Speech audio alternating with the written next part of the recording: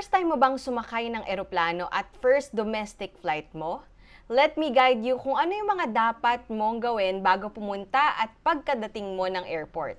Kaya, save mo na tong video na to. Medyo mahaba tong video na to because I really want to get into the details. So tara, and let's get into it. Unlike sa mga international flights, may mga bagay ka pang dapat asikasuhin like visa, travel tax, at online arrival cards. Sa domestic, wala ka nang ganyang iintindihin. These are the following things that you should do before leaving for the airport. Secure your baggage allowance. If meron kang check-in baggage, make sure na ang weight ay pasok sa baggage allowance na binili mo together with your flight. If sumobra ang weight ng baggage mo, you will need to add weight or upgrade your baggage allowance. Kung gusto mo din naman mag-purchase ng baggage allowance dahil wala ka pang nabili nung nag-book ka, pwede mo ding maihabol yan. Next naman ay ang check-in. Sa lahat ng flights, dapat mag-check-in kayo. Ngayon, there are two ways for you to do this. First is by online check-in. Magagawa mo to at least 48 hours or 2 days and up to 2 hours before your flight. Depende sa policy ng airline, kaya make sure na i-check nyo rin yan. Makakatanggap ka ng email galing sa airlines informing you that you can already check in. Meron din silang ibibigay na link sa'yo sa same na email at mariredirect ka sa check-in page. At sa pinakadulo nito, makukuha mo na ang boarding pass mo. Second way naman is pagdating mo mismo sa airport, which I will go through in just a bit. Now, let's talk about kung ano ang gagawin mo pagdating mo sa airport. If hindi ka pa nakakapag-online check-in, especially if you're flying with Cebu Pacific, you can go to their self-service kiosk na may kita mo na nakakalat sa airport. Ang susunod naman ay ang bag drop kung meron kang checked baggage. Ngayon, there are two ways for you to do the bag drop.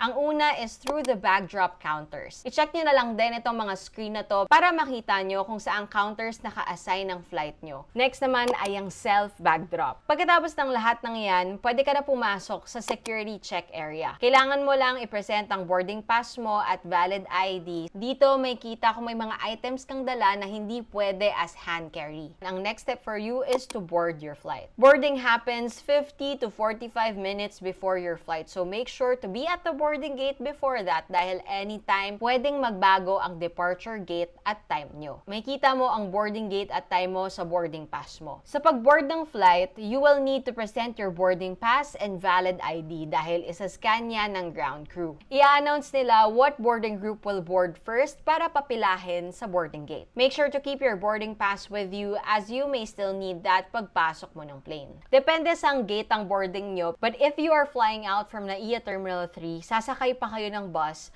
going to your assigned plane. Sana nakatulong tong video na to and have a safe flight.